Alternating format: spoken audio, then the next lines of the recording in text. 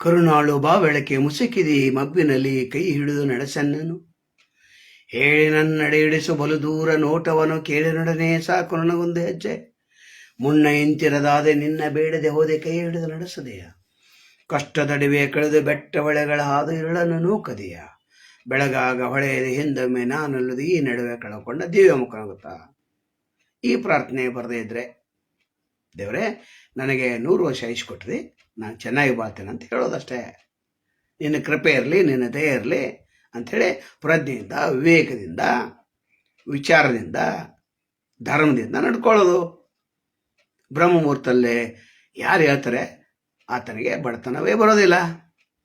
4 ರಿಂದ 6 ಗಂಟೆ ಒಳಗೆ ಸೂರ್ಯನ ಒಂದು ನಮಸ್ಕಾರ ಮಾಡೋದು, ರಾತ್ರಿ ಚಂದ್ರಗೊಂದು ನಮಸ್ಕಾರ ಮಾಡೋದು ಅಂತ ಹೇಳಿದ್ದೇನೆ ಹಿಂದಿನ ಪ್ರವಚನದಲ್ಲಿ.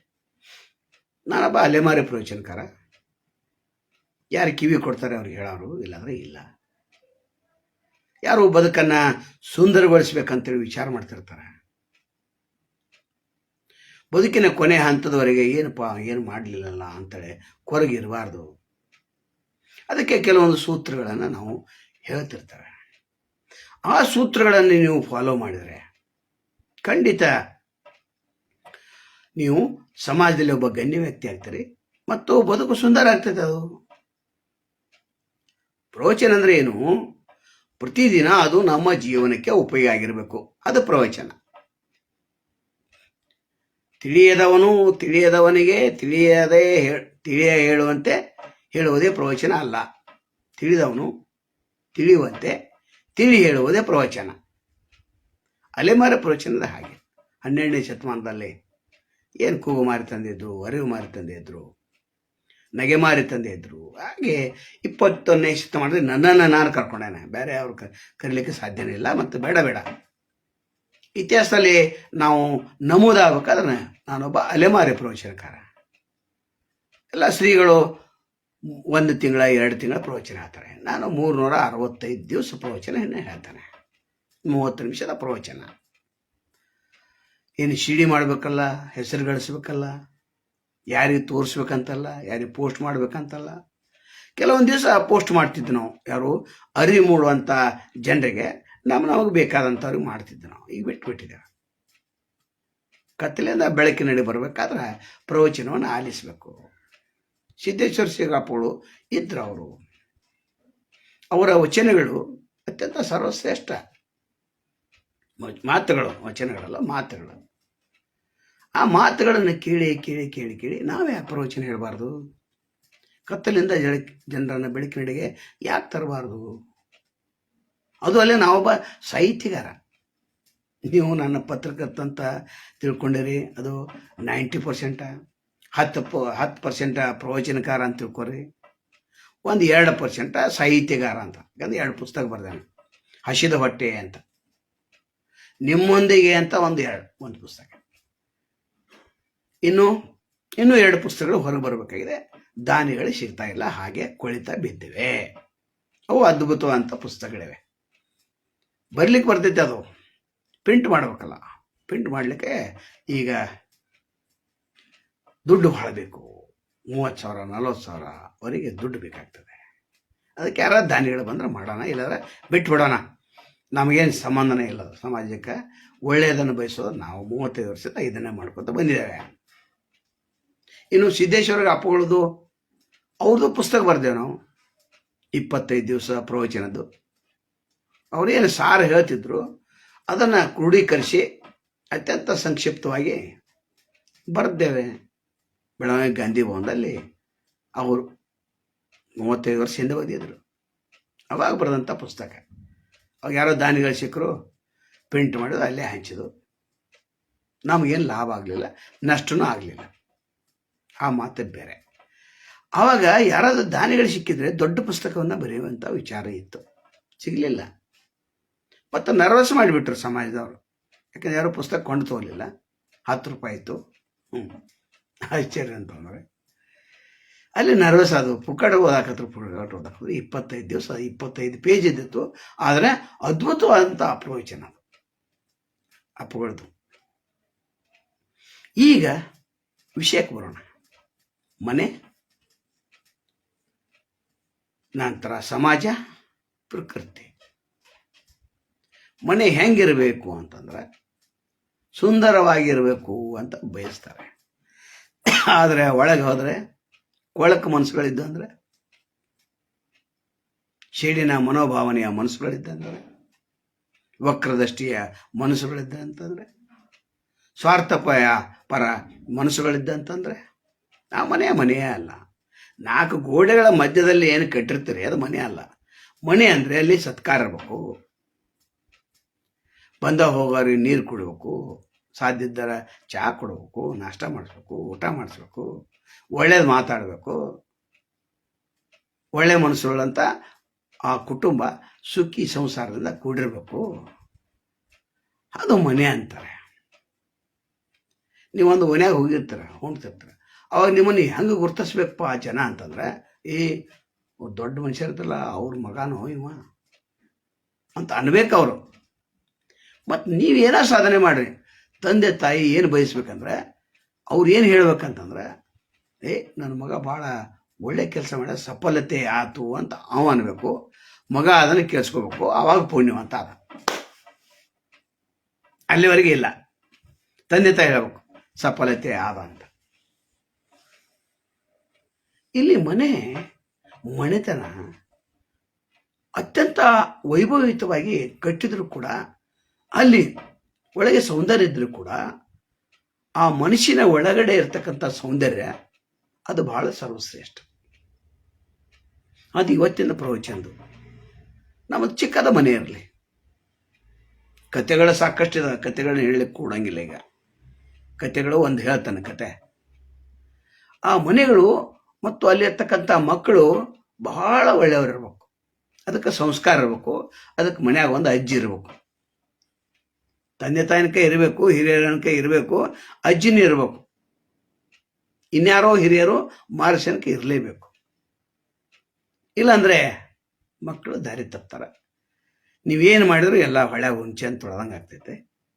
ನಂತರ ಏನು ಮಾಡಿನಪ್ಪ, 2 ಮಕ್ಕಳದ್ದು ನಾ ಜೀವಂತಿದ್ದಾಗ ಹೊಲ ಕೇಳ್ತಾ ಇದ್ದಾರಲ್ಲ, ಇವನಿಗೂ ಉಪಾಸ ಕೇಳ್ತಾರೆ, ಆದ್ರೆ ಅವ್ನಿಗೆ ಹೊಲ ಕಿಬೇಕು. ಅವ್ನು ಇಂಥ ಮಕ್ಕಳು ಇದ್ರೆ ಎಷ್ಟು, ಸತ್ರೆ ಎಷ್ಟು. ಇರಲಿ, ಇವತ್ತಿನ ಮುಖ್ಯ ವಿಷಯ ಅಂತಂದ್ರೆ ಮನೆ. ಒಂದು ಮನೆಯಲ್ಲಿ ಒಂದು ಮಗು ಇತ್ತು, 7-8 ವರ್ಷದ ಮಗು ಇತ್ತು. ಅದು ಬಟ್ಟೆ ತೊಳೆಯೋದು, ಜಾಡಿಸೋದು, ಹುಡುಗೋದು, ನಂತರ ಸ್ವಲ್ಪ ಸಣ್ಣ ಪುಟ್ಟು ಕೆಲಸಗಳನ್ನು ಮಾಡ್ತಾ ಇತ್ತು, ಶಾಲೆಗೆ ಹೋಗ್ತಾ ಇತ್ತು. ಆವಾಗ ಒಂದು ದಿನ ಆ ಮಗು ಏನು ಮಾಡಿತಪ್ಪ ಅಂತಂದರೆ, ಒಂದು ಚೀಟಿ ಬರೀತು, ಸಂದು ಒಂದು 2-3 ಅಕ್ಷರಗಳು ಬರೀತು. ನಾ ಕಸ ಹೊಡೆದಕ್ಕೆ ಇಷ್ಟ 5 ಪೈಸೆ, ನಂತರ ನಾ ಬಟ್ಟೆ ಇಸ್ತ್ರಿ ಮಾಡ್ಕೊಡೋದಕ್ಕೆ ಇಷ್ಟ 10 ಪೈಸೆ, ನಾನು ನೀರು ತಂದಕ್ಕೆ ಇಷ್ಟ 15 ಪೈಸೆ. ಈಗ ಬರ್ಕೋತ ಇಟ್ಟು ಅದು ತಾಯಿ ಎಲ್ಲಿ ನೋಡ್ತಾಳ ಅಲ್ಲೇ ಇಟ್ಟ ಶಾಲೆಗೆ ಹೋಯ್ತ. ಹೋದ ನಂತರ ಆಕೆ ತಾಯಿ ಆ ಒಂದು ಚೀಟಿ ಕಣ್ಣಿಗೆ ಬಿತ್ತು. ಅದು ನೋಡ್ತಾಳ, ಆಕೆಗೆ ಆಶ್ಚರ್ಯ ಆಗಲಿಲ್ಲ, ವಿಚಾರ ಮಾಡ್ತಾಳ. ಆಕೆ ಒಂದು ಚೀಟಿ ಬರೀತಾಳ, ಅವನು ತೆಗಿತಾಳ, ಆಕೆ ತಾಯಿ ಒಂದು ಚೀಟಿ ಬರೀತಾಳ. ನಾನು ನಿನ್ನನ್ನು ಬೆಳೆಸಿದ್ದಕ್ಕಾಗಿ 0 ಅಮೌಂಟ್, ನಿನ್ನನ್ನು ಹಾಲು ಕುಡಿಸೋದಕ್ಕಾಗಿ ಏನೂ ಕೊಡಬೇಕಾಗಿಲ್ಲ, ನಿನ್ನನ್ನು ಅಂಗಿ ಚಡ್ಡಿ ಹಾಕಿ ಎಲ್ಲವನ್ನ ಸ್ವಚ್ಛ ಮಾಡಿದ್ದಕ್ಕಾಗಿ 0 ಅಮೌಂಟ್. ನಂತರ ನಿನ್ನನ್ನು ಶಾಲೆ ಪುಸ್ತಕ ತಂದು ಶಾಲೆಗೆ ಕೊಟ್ಟು ಅಡ್ಮಿಷನ್ ಮಾಡಿದ್ದಕ್ಕಾಗಿ -, ಅಮೌಂಟ್. ಹಿಂಗೆ ಬರೆದಿಟ್ಟರು. ಆವಾಗ ಸಂಜೆಗೆ ಹುಡುಗ ಬರ್ತಾನೆ, ಏನಾದರೂ ನನಗೆ ತಾಯಿ ಇಟ್ಟಿರ್ಬೇಕಲ್ಲ, ಯಾಕಂದ್ರೆ ನಾನು ಕೆಲಸ ಮಾಡಿದ್ದೇನೆ, ನನಗೇನಾರು ಕೊಡಬೇಕಲ್ಲ, ಇಟ್ಟಿರ್ಬೇಕಲ್ಲ ರೊಕ್ಕ ಅಂತ. ಬಂದು ನೋಡ್ತಾನೆ, ಇದು ದೊಳ್ಳಂತೈತೆ ಹುಡುಗ, ಸಣ್ಣ ಮಕ್ಕ, ಸಣ್ಣ ಮಗೋದು. ಆದರೆ ವಿಚಾರ ಮಾಡಿತು, ಎಂಥ ತಪ್ಪುಗಳನ್ನು ನಾನು ಮಾಡಿಬಿಟ್ಟೆ. ನನ್ನ ತಾಯಿಯ ಏನು ಪ್ರೇಮ ಎಂಥದ್ದು, ಆಕೆ ಪಟ್ಟ ಶ್ರಮ ಎಷ್ಟದ್ದು, ಬೆಲೆ ಕಟ್ಟಲಿಕ್ಕೆ ಆಗೋದಿಲ್ಲ ಜಗತ್ತಿನಲ್ಲಿ ಕೆಲವೊಂದು ವಸ್ತುಗಳಿಗೆ. ನೀವು ಸಂಪತ್ತು ಸಮಯಕ್ಕೆ ಬೆಲೆ ಕಟ್ಟಲಿಕ್ಕೆ ಆಗೋದಿಲ್ಲ. ಇನ್ನು ಸಂಪತ್ತು ಮತ್ತು ಪ್ರೀತಿ ವಾತ್ಸಲ್ಯಕ್ಕೆ ಬೆಲೆ ಕಟ್ಟಲಿಕ್ಕೆ ಆಗೋದನ್ನೇ ಇಲ್ಲ. ಈ ಬೆಕ್ಕಟ್ಟು 10 20 ಲಕ್ಷ 30 ಲಕ್ಷ ಕೊಡ್ರಿ, ಒಂದು ಕೆಟ್ಟ ಬೇಗಳ ಬೇರೆ ಮುಗಿದತ್ ನಿನ್ನ ಕಥೆ ಅಲ್ಲ. ಸಂತೋಷ ಬೇರೆ, ಆ ಕೃತಜ್ಞತೆ ಬೇರೆ, ಆ ಭಾವನೆಗಳ ವ್ಯಕ್ತ ಆಗ್ಬೇಕು. ನನ್ನವರು ತನ್ನವರು ಏನು ಮಾಡಬೇಕು ಏನು ಮಾಡಬಾರ್ದು, ಹಿರಿಜೀವ ಕಿರಿಜೀವ, ಮಗು, ವಾತ್ಸಲ್ಯ, ಪ್ರೇಮ, ಅವೆಲ್ಲ ಭಾವನೆಗಳು ವ್ಯಕ್ತ ಆತಂದ್ರೆ ಅದ್ರ ಮುಂದೆ ಬೆಲೆ ಕಟ್ಟಲಿಕ್ಕೆ ಸಾಧ್ಯನೇ ಇಲ್ಲ. ನೀವು ಬೇಕಾದ ಅನ್ಬೋದು. ಆ ಭಾವನೆಗಳು ಇವತ್ತು ಸತ್ತು ಹೋಗಿವೆ. ಯಾಕೆ? ತಂದೆ ತಾಯಿಗಳಲ್ಲೇ ಸ್ವಾರ್ಥ ಭಾವನೆ ಮೂಡಿದೆ, ಅಣ್ಣ ತಮ್ಮಂದಿರಲ್ಲಿ ಸ್ವಾರ್ಥ ಭಾವನೆ ಮೂಡಿದೆ.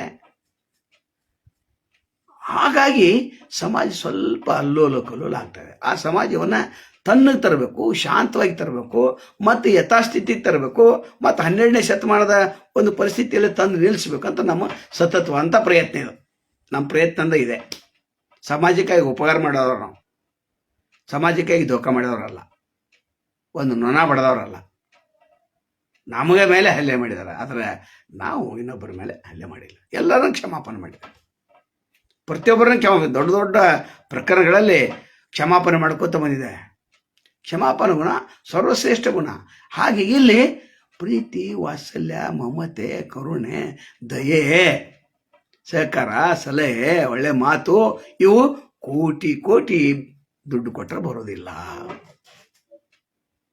ಇಂಥ ಮಣಿತನದಲ್ಲಿ ಒಂದು ಮಗು ಇತ್ತು ಅಂತಂದ್ರೆ, ಅದಕ್ಕೆ ಸಂಸ್ಕಾರ ಕೊಟ್ಟಂದ್ರೆ ನೀವೇನು ಕೊಡೋದಿಲ್ಲ, ಕೊಡೋದು ಬೇಕಾಗಿಲ್ಲ.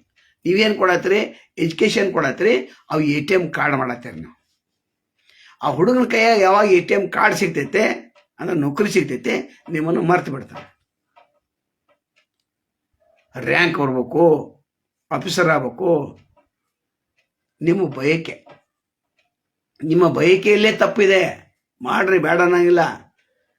ಆದ್ರೆ ಅದು ಹಿಂದಿನ ಉದ್ದೇಶ ಸ್ವಾರ್ಥ. ನೀವು ದೊಡ್ಡ ಮೆರಿಬೇಕಲ್ಲ, ನನ್ನ IAS ಆಫೀಸರ್, ನಮ್ಮ ಜಿಲ್ಲಾಧಿಕಾರಿ ಇದಾನೆ, AC ಇದಾನೆ, DC ಇದಾನೆ, ದೊಡ್ಡ ರಾಜಕಾರಣ ಹೇಳ್ಬೇಕಲ್ಲ ನೀವು. ಅವ ಎಂಥ ಪವಿತ್ರ ದುಡ್ಡು ತಂದಿರ್ತಾನೋ, ಯಾರ್ಯಾರ ತಾಳಿ ಮಾರಿಸಿರ್ತಾನೋ, ಹೊಲಾರು ಮಾರಿಸಿರ್ತಾನೋ, ಅವನ ದುಡ್ಡು ನಿಮಗೆ ಸರ್ವಶ್ರೇಷ್ಠ. ಪ್ರತಿಷ್ಠಿತ ಮಣಿತನ, ಪ್ರತಿಷ್ಠಿತ ಏರಿಯಾ ಅಂತ ಬರೀತಾರೆ ಪತ್ರಕರ್ತರು. ಪ್ರತಿಷ್ಠಿತ ಏರಿಯಾ ಅಂದ್ರೆ ಶ್ರೀಮಂತರ ಏರಿಯಾ. ಅದು ಪ್ರತಿಷ್ಠಿತರ ಮನೆಗಳು. ಆ ಪ್ರತಿಷ್ಠಿತ ಏರಿಯಾನ, ಆ ಪ್ರತಿಷ್ಠಿತ ಏರಿಯಾದಲ್ಲಿ ಕಳ್ಳತನ ಆಯ್ತಂತ, ಕಳ್ಳರ ಮನೆಯಲ್ಲಿ ಕಳ್ಳತನ ಆಯ್ತಂತ ಬರೀರಿ, ಕಳ್ಳರ ಏರಿಯಾದಲ್ಲಿ ಕಳ್ಳತನ ಆಯ್ತಂತ ಬರೀರಿ. ಆವಾಗ ನಮಗೆ ಸಂತೋಷ ಆಗ್ತೈತೆ. ಅದು ನಿಮಗೆ ಬರವಣಿಗೆ ಗೊತ್ತಿಲ್ಲ, ಬರೆಯೋದು ಗೊತ್ತಿಲ್ಲ. ಮನೆತನ ಅತ್ಯಂತ ಸರ್ವಶ್ರೇಷ್ಠ ಅನ್ಸ್ಕೋಬೇಕಾದ್ರೆ ಮನೆಯಲ್ಲಿ ಎಲ್ಲರೂ ಒಂದು ಎತ್ತೇರಿಗೆ ಕಾನ್ ಕೆರೀತಿ. ಈಗಿನ ಹೆಣ್ಮಕ್ಳು ಆಧಾರ್ ಕಾರ್ಡ್ ತಗೋದೈತಿ, ಪಿಶ ಹಾಕೋದೈತಿ, ಹೋಗೋದೈತಿ. ಗುಡಿ ಗುಂಡಾರ ಅಲ್ಲಿ ಇಲ್ಲಿ, ಗಂಡು ಊಟ ಮಾಡಿದವು, ಮಕ್ಕಳು ಊಟ ಮಾಡು, ಸಸಿ ಏನು ಮಾಡು, ಯಾವೆಲ್ಲೂ ಆದ. ನಮಗೇನು ಬೇಕ್ರಿ, ಮನೆಯಾಗೆಲ್ಲ ಬರೋಬ್ಬರಿ ಐತೆ ಅಂತ. ಮತ್ತು ಮನ್ಯಾಗ ಬರೋಬ್ಬರಿ ಇದ್ರೆ ನೀ ಯಾಕೆ ಗುಡಿ ಗುಂಡಾರಗಳನ್ನ ಅಡ್ಡಾಡ್ತಿದ್ದೆ?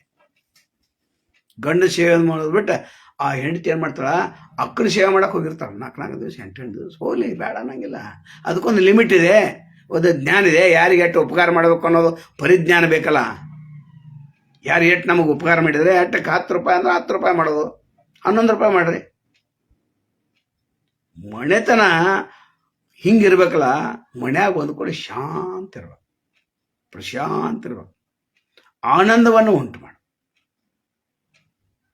ಅದು. ಇನ್ನು 2ನೇ ವಿಷಯಕ್ಕೆ ಬರೋಣ. 3 ವಿಷಯ ಇವತ್ತು: ಮನೆ, ಸಮಾಜ ಮತ್ತು ಪ್ರಕೃತಿ ಸೌಂದರ್ಯ. ಇವತ್ತಿನ ಭಾಳ ಮುಖ್ಯ ವಿಷಯ ಅದು. ಪ್ರವಚನ ಅಂತಂದ್ರೆ ಇವತ್ತು ನಿಮಗೆ ಉಪಯೋಗ ಆಗಿರಬೇಕು, ನಿಮ್ಮ ಜೀವನ ಪಾವನ ಆಗಬೇಕು, ಪುಣ್ಯ ಆಗಬೇಕು. ಅದ ನಮ್ದು ದಿವಸ. ಅದೇ ಒಂದೊಂದು ವಿಷಯನ ಇಟ್ಕೊಂಡು ಒಂದು ಪ್ರವಚನವನ್ನು ಮಾಡ್ತಿರ್ತೆ. ಸಾವಿರಾರು ಜನ ನೋಡ್ತಾ ಇದ್ದಾರೆ. ಈಗ ಬೆಳಿಗ್ಗೆ ಎದ್ದ ತಕ್ಷಣ ಸಾವಿರಾರು ಜನ ನೋಡ್ತಾ ಇದ್ದಾರೆ. ಒಬ್ಬರ ಇಬ್ಬರು ಅಲ್ಲ. ಮೊದಲು ಒಬ್ಬರ ಇಬ್ಬರು ನೋಡ್ತಿದ್ರು. ಒಂದು 500 ರೂಪಾಯಿ ಹಾಕ್ತಿದ್ರು, 1000 ರೂಪಾಯಿ ಹಾಕ್ತಿದ್ರು, 200 ರೂಪಾಯಿ ಹಾಕ್ತಿದ್ರು, ಯಾವ 101 ರೂಪಾಯಿ ಹಾಕ್ತಿದ್ರು. ಒಬ್ಬ ಯಾವ 1 ರೂಪಾಯಿ ಹಾಕಿದ. ಅಲ್ಲಿಂದ ನಾವು ಕೇಳೋದನ್ನ ಬಿಟ್ಟು, ಬೇಡಪ್ಪ ಇದೇನು ಮಲ್ಕೊಂಡಂಥ ಸಮಾಜವನ್ನು ನಾವು ಎಚ್ಚರ ಮಾಡ್ಲಿಕ್ಕೆ ಹೊಂಟಿದೇವಲ್ಲ ಅಂತ ಒಮ್ಮೆ ಮನಸ್ತೈತೆ ಅದು. ಆದರೂ ಕೂಡ ನಾವು ಕಲಿತಂಥ ವಿದ್ಯೆ ಬುದ್ಧಿ ಶಕ್ತಿ ವಿವೇಚನೆ ಬಳಸಿಕೊಂಡು ನಿಮ್ಮನ್ನು ಸರಿದಾರಿ ತರಬೇಕು, ಎಷ್ಟು ಸಾಧ್ಯದಷ್ಟು ಸಮಾಜವನ್ನು ಸುಧಾರಿಸಬೇಕು, ಸಮಾಜ ಜನ ಒಳ್ಳೆಯ ದಾರಿಯಲ್ಲಿ ನಡಿಬೇಕು ಅಂತೇಳಿ ನಾವು ಸತತವಾದಂಥ ಪ್ರಯತ್ನವನ್ನು ಮಾಡ್ತಿರ್ತೇವೆ. ಸತತವಾದಂಥ ಪ್ರಯತ್ನ 35 ವರ್ಷ ಸಮಾಜ ಸೇವೆ ಅಂದ್ರೆ ಏನು ಕಡಿಮೆ ಆತೇನ್ರಿ? ಕಡಿಮೆ ಆತೇನ್ರಿ? 35 ವರ್ಷ ಯಾರು ಮಾಡ್ತಾರೆ? ಕರ್ಕೊಂಬರ್ರಿ ಅವನ್ನ. ಟ್ಯೂಷನ್ ಹೇಳಿದ್ದೇವೆ ಮಕ್ಕಳಿಗೆ ಫ್ರೀಯಾಗಿ 3 ವರ್ಷ. ನಂತರ ಇಲ್ಲಿ ಬಂದು ಸ್ವಲ್ಪ ದುಡ್ಡು ತೊಗೊಂಡು, ಯಾಕಂದ್ರೆ ಶ್ರೀಮಂತರಿದ್ರು ನೌಕರಸ್ಥರಿದ್ರು ಅಲ್ಲಿ. ನಂತರ ಬರೀ ಸಮಾಜ ಸೇವೆ, ಯುವಕ ಮಂಡಳ ಮಾಡೋದು, ಯುವತಿ ಮಂಡಳ ಮಾಡೋದು, ಮಹಿಳಾ ಮಂಡಳ ಮಾಡೋದು, ಆ ಸಂಘ ಮಾಡೋದು, ಈ ಸಂಘ ಮಾಡೋದು, ಕನ್ನಡ ಹೋರಾಟ ಮಾಡೋದು ಎಲ್ಲ ಇದೆ. ಸಮಾಜ ನಮ್ಮನ್ನು ಗುರುತಿಸಲಿಲ್ಲ, ಆದರೆ ಸಮಾಜ ನಾವು ಕೈ ಬಿಟ್ಟಿದ್ದೇನೋ ಇಲ್ಲ. ಅದು ನಮ್ಮ ಕೆಲಸ ನಾವು ಮಾಡ್ಕೊತ ಹೋಗೋದ್ರಿ. ಸಮಾಜ ನೋಡ್ತೈತೆ ಬಿಡದೆ ನಮ್ಗೆ ಗೊತ್ತಿಲ್ಲ. ಆನೆ ತಾ ಹೋಗಲು ಶ್ವಾನ ತಾ ಬಗಳು ಅಂತ ನಮ್ಮ ಬಗ್ಗೆ ಏನೇನೋ ಮಾತಾಡ್ತಿರ್ತಾರೆ. ಆಗಲಿ ಮಾತಾಡಲಿ, ಯಾರು ಬೇಡ ಅಂತಾರೆ? ಪ್ರತಿಯೊಬ್ಬರು ಸ್ವಾತಂತ್ರ್ಯ ಇದೆ. ಆದರೆ ಮಾತನಾಡುವಾಗ ಭಾಳ ಎಚ್ಚರಿಕೆಯಿಂದ ಮಾತಾಡಬೇಕು. ವಿಶೇಷವಾಗಿ ನಮಗೆ ನೀವು ಕಾಮೆಂಟ್ ಮಾಡುವಾಗ ಭಾಳ ಎಚ್ಚರಿಕೆಯಿಂದ ಕಾಮೆಂಟ್ ಮಾಡಬೇಕು. ನಿನ್ನೆ ಯಾವೊಬ್ಬ ಕಾಮೆಂಟ್ ಮಾಡಿದ, ಕಾಂಗ್ರೆಸ್ ಛಲ ಅಂತ. ತಪ್ಪದು. ಅಂಥ ಪ್ರವಚನದಲ್ಲಿ ಇಂಥ ಒಂದು ಕಾಮೆಂಟ್ ತಪ್ಪದು. ಸಮಾಜ ಎಲ್ಲವನ್ನು ನೋಡ್ತಿರ್ತೈತೆ. ಅದು ಸಮಾಜವನ್ನು ಸರಿದಾರಿ ತರಬೇಕಾದ್ರೆ ಭಾಳ ಪ್ರಯತ್ನ ಮಾಡ್ಬೇಕಾಗ್ತದೆ. ಅಷ್ಟು ಸಾಧ್ಯ ಸಮಾಜ ಇಲ್ಲೀಗ ನಾವು ತಿಳ್ಕೊಂಡಂದು ಇಲ್ಲ. ನಮ್ಮ ಮುಂದೊಂದು ಹೇಳ್ತಾನ, ಅಲ್ಲೊಂದು ಹೇಳ್ತಾನ, ಅಲ್ಲೊಂದು ಹೇಳ್ತಾರ, ಬೆಳಿಗ್ಗೆ ಒಂದು, ಸಂಜೆ ಹೊತ್ತೊಂದು, ಮಧ್ಯಾಹ್ನದ ಒಂದು. ಅದನ್ನು ಸ್ಥಿರ ಮನಸ್ಸು ಮಾಡಬೇಕು, ಒಳ್ಳೆಯ ಒಂದು ದಾರಿಯಲ್ಲಿ ತರಬೇಕು ಅಂತ ನಾವು ಸತತವಾದ ಪ್ರಯತ್ನ. ಇನ್ನು ನಾವು ಸಮಾಜ ಜೊತೆ ಹೆಂಗಿರ್ಬೇಕು? ಸಂಘಟಿತ ಸಮಾಜ ಜೊತೆ ಇರಬೇಕು. ವೈರಿಗಳಕ್ಕಿಂತ ಸ್ನೇಹಿತರು ಹೆಚ್ಚಿರ್ಬೇಕಂತ ನಿನ್ನೆ ಒಂದು ಬರೆದ್ರು. ಆದರೆ ಮನೆ ಸುತ್ತಮುತ್ತಲ ವೈರಿಗಳಿರಬೇಕು ಅಂತ ಇನ್ನೊಂದು. ಯಾವ್ದು ಕರೆ ಯಾವ್ದು ಸುಳ್ಳ ನಿಮಗೆ ಬಿಟ್ಟಂಥ ವಿಚಾರ. ಈ ಸಮಾಜ ಸೇವೆ ಮಾಡೋದಂದ್ರೆ ನಮ್ಮ ಕೈಲಾದಷ್ಟು ನಾವು ಮಾಡೋದ್ರಪ್ಪ. ನಮ್ಗೆ ಎಷ್ಟಾಗ್ತೈತಿ ಅಷ್ಟು ಸಮಾಜ ಸೇವೆ ಮಾಡ್ಕೊತ ಹೋಗೋದು. ಸಮಾಜ ನಮ್ಮನ್ನು ಗುರುತಿಸ್ತಿದೆ. ನಮಗೆ ಹಾರ ಹಾಕ್ತಾರ, ತುರೆ ಹಾಕ್ತಾರ, ನಮ್ಮ ಸತ್ಕಾರ ಮಾಡ್ತಾರ. ತಪ್ಪದು. ಎಲ್ಲ ದುಷ್ಟರಿಗೆ ಸತ್ಕಾರ ಇದೆ. ಈಗ ಯಾರು ಊರಾಗ ಮಟ್ಕ ಆಡ್ತಿರ್ತಾನೋ ಅಥವಾ ಯಾವ ಇಸ್ಪಟ್ ಆಡ್ತಿರ್ತಾನೋ, ದುಡ್ಡು ಗಳಿಸ್ತಿರ್ತಾನೋ, ದುಡ್ಡು ಮಾಡ್ತಿರ್ತಾನೋ, ಕಾಂಟ್ರಾಕ್ಟ್ ಇದಾನೋ, ಊರಿನ ದುಡ್ಡು ತೊಗೊಂಡು ಊರವ್ರ ಮುಂದೆ ಶಾಲೆ ಹಾಕೋತಾನೋ, ಅವು ಸತ್ಕಾರ ನಡೆದಿದೆ. ನಮಗೇನು ಸಂಬಂಧ? ಅದು ನಮಗೆ ಸಂಬಂಧ ಇಲ್ಲ. ಅದು ನೋಡಿ ನೋಡದಂತೆ, ಕೇಳಿ ಕೇಳದಂತೆ, ಮಾಡಿ ಮಾಡದಂತೆ ಇರಬೇಕು. ಹೌದು, ನಿರಾಳವಾಗಿರ್ಬೇಕು. ನಾವ್ಯಾಕೆ ದುಃಖ ಪಡೋದ್ರಿ? ಸಮಾಜ ನಿಜವಾದಂಥ ಸಮಾಜ ಸೇವೆ ಮಾಡೋನಿಗೆ ಫ್ರೀಯಾಗಿ ಮಾಡಬೇಕು, ಆರಾಮಾಗಿ ಮಾಡಬೇಕು. ನಮಗೆ ತಿಳಿದೋದನ್ನು ಹೇಳಬೇಕು. ಅವ್ರು ಕಲಿತಾರೆ, ಬಿಡ್ತಾರೆ. ಅವ್ರು ಸಾರಿ ದಾರಿಗೆ ಬರ್ತಾರೆ, ಬಿಟ್ಟು ಬಿಡ್ತಾರೆ. ಸಂತುವೆ ವೆಂಕಟೇಶ್ ಅವರೇ, ವೆಂಕಟಕೃಷ್ಣ ಅವರೇ, ಯಾರು ಸರಿ ಇಲ್ಲದ್ರೆ ಬರ್ತಾರೆ, ಇಲ್ಲದ್ರೆ ಇಲ್ಲ. ಅದ್ರ ನಮ್ಮ ಕರ್ತವ್ಯನ ನಾವು ಮಾಡಬೇಕಲ್ಲ. ಸಮಾಜದಲ್ಲಿ ನಾವು ಹೆಂಗಿರ್ಬೇಕು? ಸಂಘಟಿತಲ್ಲ. ಬರೇ ನಮ್ಮ ಸ್ವಾರ್ಥ ನೋಡ್ಕೊಂಡು ಆದರೆ ಭಾಳ ನೋಡಿದ್ದೇನೆ ನಾನು. ಭಾಳ ಫ್ಯಾಮಿಲಿ ನೋಡಿದ್ದೇನೆ. ಅವ್ವ ಅಪ್ಪ, 1-2 ಮಕ್ಕಳು, ಸ್ಕೂಟರ್, ಸಾಲಿ ಹೋಗೋದು ಬಿಡೋದು, ಅದೇ ಬರೇ. ಮತ್ತು ರೋಬೋಟ್ ಸಹಿತ ಮಾಡ್ದಿತ್ತಲ್ಲ. ಅವ್ರಿಗೆ 10 ಪೈಸೆ ಕೊಟ್ಟು ಗೊತ್ತಿಲ್ಲ, ಯಾರಿಗೆ ಚಹಾ ಕುಡಿಸಿ ಗೊತ್ತಿಲ್ಲ, ಯಾರಿಗೆ ಊಟ ಕೊಡಿಸಿ ಗೊತ್ತಿಲ್ಲ, ಬಾಗಲ ಅನ್ಕ ತೆಗಿಯಂಗಿಲ್ಲ ಅಂತ ಇದ್ರೆ ಅವ್ರು ಎಷ್ಟು ಸತ್ರ ಎಷ್ಟು. ಅದಕ್ಕೆ ಅವ್ರು ಹೆಣ ತೆಗೆಯಕ್ಕೆ ಹೋಗ್ಬೇಕಾದ್ರೆ ಕಾರ್ಪೊರೇಷನ್ದವ್ರು ಬರ್ಬೇಕು, ಯಾರೋ ಒಬ್ಬರ ಇದನ್ನ ಬರ್ಬೇಕು ಅವ್ರಿಗೆ. ಅಂಥ ಜೀವನ ಮಾಡ್ತಾರೆ. ಅದು ಜೀವನೇನು ಅಲ್ಲ. ಮನೆ ಆಯ್ತು ಒಂದನೇದು ವಿಷಯ, ಎರಡನೇದು ಸಮಾಜ ಆಯ್ತು. ಆ ಸಮಾಜದಲ್ಲಿ ನಾವು ಭಾಳ ಜಾಗೃತಿಯಿಂದ ಇರ್ಬೇಕು, ಭಾಳ ಜಾಗೃತಿಯಿಂದ. ನೀವು 30 ವರ್ಷ ಪ್ರವಚನ ಹೇಳ್ತಿರೋ, 40 ವರ್ಷ ಪ್ರವಚನ ಹೇಳ್ತಿರೋ, ಅದು ಮಹತ್ವನ ಅಲ್ಲ. ನಾವು ಒಂದು ದಿವ್ಸಕ್ಕೆ ಒಂದು ಪ್ರವಚನ ಹೇಳ್ತಾ ಅದು ಮಹತ್ವ ಅಲ್ಲ. ಆದ್ರೆ ಎಲ್ಲ 30 ವರ್ಷ 40 ವರ್ಷ ಹೇಳಿದ ನಂತರ ಒಂದು ಏನೋ ತಪ್ಪು ಕೆಲಸ ಮಾಡಿದ್ವು ಅಂದ್ರೆ ಮುಗಿದೋತ್ ನಿಮ್ಮದು ಕತೆ. ಹಂಗೆ ಸ್ವಚ್ಛ ಇಡ್ಬೇಕು. ಒಂದು ಕಲಿ ಬಿದ್ದಿತ್ತ ಕಲಿ ನೋಡ್ತಾರೆ, ಆ ಕಲಿನ ಸಹಿತ ಕಾಣಬಾರ್ದಂಗೆ ಇರ್ಬೇಕು. ಈಗ ಭಾಳ ಕೆಟ್ಟಿದೆ ಸಮಾಜ. ಯಾವ ಗುರುಗಳು ಯಾವುದು ಮಗುನ ಮುದ್ದು ಆಡಿಸಿರಂತ ಅವನ ಮೇಲೆ ಪೋಕ್ಸೋ ಕೇಸ್. ಅಯ್ಯಪ್ಪ, ಏನದು? ಸಮಾಜ ಎಲ್ಲ ಮರೆತು ಬಿಡ್ತು. ಅವನಿಂದ ಸಾವಿರಾರು ಜನ ಉದ್ಧಾರ ಆಗಿದ್ರು, ಸಾವಿರಾರು ಜನ ಕತ್ತಲಿಂದ ಬೆಳಕಿ ಬಂದಿದ್ರು. ಆಸಾರಾಮ್ ಬಾಪೂಜಿ ದೊಡ್ಡ ಸಾಧನೆಯನ್ನು ಮಾಡಿದ್ರು. ಅದು ಒಂದು ಸಣ್ಣ ಕೇಸಾಗಿ ಸಿಕ್ಕೊಂಡು ಕೂತರು. ಒಳ್ಳೆ ಹೊಂಚೆ ಅಂತ ತೊಳ್ದಂಗೆ ಆತ. ಹಾಗೆ ಭಾಳ ಜಾಗೃತಿಯಿಂದ ಇರ್ಬೇಕು. ಆದ್ರೆ ಒಮ್ಮೆ ಎಷ್ಟೋ ಜಾಗೃತಿಯಿಂದಿದ್ರು ದುಷ್ಟ ಶಕ್ತಿಗಳಿರ್ತಾರಲ್ಲ, ಅವ್ರು ನಿಮ್ಮನ್ನ ಫಾಲೋ ಮಾಡ್ತಿರ್ತಾರೆ. ಆ ದುಷ್ಟ ಶಕ್ತಿಗಳಿಂದ ಬಚಾವಬೇಕಾದ್ರೆ ಹೆಂಗೆ ಅಚಾನಕ್ಕಾಗಿ ಅಟ್ಯಾಕ್ ಮಾಡಿರ್ತಾರೆ. ಅಂದ್ರೆ ಇಲ್ಲಿ ಸಮಾಜ ಯಾವ ರೀತಿ ಕತ್ತಲೆಯಲ್ಲಿದೆ ಅಂತಂದ್ರೆ ಹೇಳಲಿಕ್ಕನೇ ಬಾರದದು. ನಮ್ದಷ್ಟಾದ್ರೆ ಸಾಕಪ್ಪ, ಊರು ಸಾವಿರ ನಮಗೆ ಆಗ್ಬೇಕಂತ. ಊರು ಸಾವಿರ ನಮಗೆ ಆಗ್ಬೇಕಂದ್ರೆ ನೀವು ಜಾತ್ರೆ ಯಾಕೆ ಮಾಡ್ತೀರಿ? ಮತ್ತು ಜಾತ್ರೆಗೆ ಪಟ್ಟಿ ಹಾಕಿ ಕೊಡ್ತೀರಿ ನೀವು. ಹಂಗನ್ನವರು ಸಮಾಜದಲ್ಲಿ ಎಲ್ಲಿ ಅಶಾಂತಿ ಉಂಟಾಗ್ತೈತೆ, ಎಲ್ಲಿ ಸ್ವಲ್ಪ ಜಗಳ ಆಗ್ತಿರುತ್ತೆ, ಅಲ್ಲಿ ಬಿಡಿಸೋದು ಪ್ರಯತ್ನ ಮಾಡೋದು. ಯಾರೋ ಅಂತಮ್ರ ಜಗಳರ್ತದ ಹೋಗೋದು, ಹಂಗಲ್ಲಪ್ಪ ಅಂತ ಹೇಳೋದು. ಕೇಳ್ರೆ ಕೇಳ್ತಾರೆ, ಬಿಟ್ಟರೆ ಬಿಡ್ತಾರೆ. ಅವ್ನು ಹೇಳ್ರೆ ನಮ್ಮ ಮಾತು ಕೇಳಂಗಿಲ್ಲ ಅಂತಂದ್ರೆ ಕೇಳ್ತಿರ್ತಾನೆ. ಸಿದ್ದೇಶ್ವರ ಶಿವ ಅಪ್ಪಗಳು ಇದನ್ನೇ ಹೇಳ್ತಿದ್ರು, ಆರಾಮಾಗಿರಪ್ಪ ಅಂತ ಹೇಳಿ ಹೇಳಿ ಹೇಳಿ ಅವ್ರೇನು ಬರ್ತಿದ್ದು, ಪ್ರಕೃತಿ ಕಡೆ ಬರ್ತಿದ್ರು. ನಾವು ಕೂಡ ಮೂರನೇ ವಿಷಯ ಪ್ರಕೃತಿ ಸೌಂದರ್ಯದ ಬಗ್ಗೆ 2-3 ಎಪಿಸೋಡ್ ಮಾಡಿದ್ದೇವೆ ನಾವು. 3 ವಾರ ಪ್ರವಚನ ಮಾಡಿದ್ದೇವೆ. 3 ದಿವಸ, 3 ವಾರ ಅಲ್ಲ, 3 ದಿವಸ. ಇದೇ ಪ್ರಕೃತಿ ನಿಮ್ಮನ್ನು ಕಾಪಾಡಿದ್ದು. ಅದು ನಾವು ಕೃತಜ್ಞತೆಯನ್ನು ಸಲ್ಲಿಸಂಗಿಲ್ಲ. ಪ್ರಕೃತಿ ನೋಡಿ ಆನಂದ ಪಟ್ಟರೆ ನಿಮಗೆ BP, ಶುಗರ ಯಾವುದು ರೋಗ ಬರಂಗಿಲ್ರಿ. ನೀವು ಎಲ್ಲಿ ಪ್ರಕೃತಿ ನೋಡಿದ ಕಣ್ಣುಗಳು ನಿಮಗೆ ಎಲ್ಲಿ ಗೊತ್ತಿಲ್ಲ. ಆ ಕಲಿಸ್ಬೇಕಲ್ಲ, ಹಿರಿಯರು ಕಲಿಸ್ಲಿಲ್ಲ, ಬಲ್ಲವರು ಹೇಳಿಲ್ಲ, ವಿವೇಕವಂತರು ಹೇಳಿಲ್ಲ, ಚಿಂತಕರು ಹೇಳಿಲ್ಲ, ಸಾಹಿತಿಗಳು ಹೇಳಿಲ್ಲ. ಸಾಹಿತಿಗಳು ಹೇಳಿದ್ರು, ಪುಸ್ತಕದಲ್ಲಿ ಬರೆದ್ರು, ಅವ್ರನ್ನ ಸ್ವಲ್ಪ ಅನುಭವಿಸಿದ್ರು, ಹೋದ್ರು. ಪುಸ್ತಕ ಓದಾರೀಗ ಪ್ರಕೃತಿ ಬಗ್ಗೆ ಸಾಕಷ್ಟು ಪುಸ್ತಕಗಳು ಬರ್ತಾವೆ. ಜೀವನದ ಮೂಲ್ಯ ಅಲ್ಲಿ ಅಡಗಿದೆ. ಆದ್ರೆ ನಾವು ಎಲ್ಲವನ್ನ ಮರ್ತಿದ್ದೆವು. ಬರ್ತಾರೆ ಬಿಡಿ ಶಿವ್ರೆ, ಅವೇಂತ ಕೆಲಸ ಮಾಡ್ತಾನ. ಚಂದ್ರಮ್ಮ ಏನು ನಾವು ಹೇಳಿಲ್ಲ ಅಂದರೆ ಬಿಡ್ತಾನ? ಭೂಮಿ ಇರೋದಪ್ಪ, ಗಾಳಿ ಇರೋದಪ್ಪ, ಬೆಳಕಿರೋದಪ್ಪ, ಆಯ್ತು. ಎಲ್ಲದರಿಂದ ನಾವು ಎಷ್ಟು ಲಾಭವನ್ನು ಪಡೆದೇವೆ. ಗಜಾನನ್ ಜೇಮ್ಪ್ರೆಸ್ ಅವರೇ, ಈ ಪ್ರಕೃತಿಯಿಂದ ನಾವು ಎಷ್ಟು ಲಾಭವನ್ನು ಪಡೆದಿದ್ದೇವೆ. ವಿಷವಿದೆಯಾ? ಅದಕ್ಕೇನೋ ಬೆಲೆ ಕೊಡ್ಲಿಕ್ಕೆ ಸಾಧ್ಯ ಇದೆಯಾ? ನೀರಿಲ್ಲದ್ರೆ ನಾವು ಜೀವನ ಮಾಡ್ಲಿಕ್ಕೆ ಸಾಧ್ಯ ಇದೆಯಾ? ಪ್ರಕೃತಿ ಅಂಗಗಳಂದ್ರೆ ದೇವರು ಎಲ್ಲಿ ನನ್ನ ಮೇಲೆ ಕೆಳಗೆ ಹುಡುಕಾಡ್ತಾರೆ? ಇಲ್ಲ, ಪ್ರಕೃತಿಯಲ್ಲಿ ದೇವರಿದ್ದಾನೆ, ನಮ್ಮ ಒಳಗೆ ದೇವರಿದ್ದಾನೆ. ಅದಕ್ಕೆ ಬಸವಣ್ಣ ಹೇಳಿದ್ರ, ದೇಹವೇ ದೇವಾಲಯ, ಶಿರೇವನ್ನ ಕಳಿಸುವಯ್ಯ. ಅಲ್ಲಿ ಆತ್ಮ, ಪವಿತ್ರ ಆತ್ಮ, ಅದು ದೇವರು. ಇಷ್ಟೇ ಇದೆ. ಗೌತಮ ಬುದ್ಧರು ಏನೋ ಹೇಳಿ, ಮಹಾವೀರವ್ರು ಏನೋ ಹೇಳಿ, ಪ್ರತಿಯೊಬ್ಬರು ವಚನಕಾರರು ಬೇರೆ ಬೇರೆ ಹೇಳಿ, ಅದರಲ್ಲಿ ಸಾರ ಒಂದೇ. ನಾಮ ಹಲವು, ದೇವರು ಒಬ್ಬನೇ. ನೀವೇನು ಮಾಡತ್ತೀರಿ? ನಮ್ಮ ಮುಖ ನೋಡತ್ತೀರ. ನಮ್ಮ ಮುಖ ನೋಡಕ್ಕೆ ಹೋಗ್ಬೇಡ್ರಿ. ನಾವು ಹೇಳುವಂಥ ವಿಚಾರಗಳನ್ನು ನೀವು ತಿಳ್ಕೊಬೇಕಂತ ಪ್ರಯತ್ನವನ್ನು ಮಾಡಬೇಕು. ಸಿದ್ದೇಶ್ವರ ಅಪ್ಪಗಳು ಹೇಳಿದ್ರು ಸರ್ವಶ್ರೇಷ್ಠವಂತ ನುಡಿಗಳು. ಅದ ನುಡಿಗಳನ್ನ ನಾವು ಹೇಳತ್ತೇವೆ, ಯಾಕಂದ್ರೆ ಅವ್ರು ಇಲ್ಲೀಗ. ಬೇರೆ ಸ್ವಾಮಿಗಳು ನಮಗೆ ಸಂಬಂಧ ಬರಂಗಿಲ್ಲ.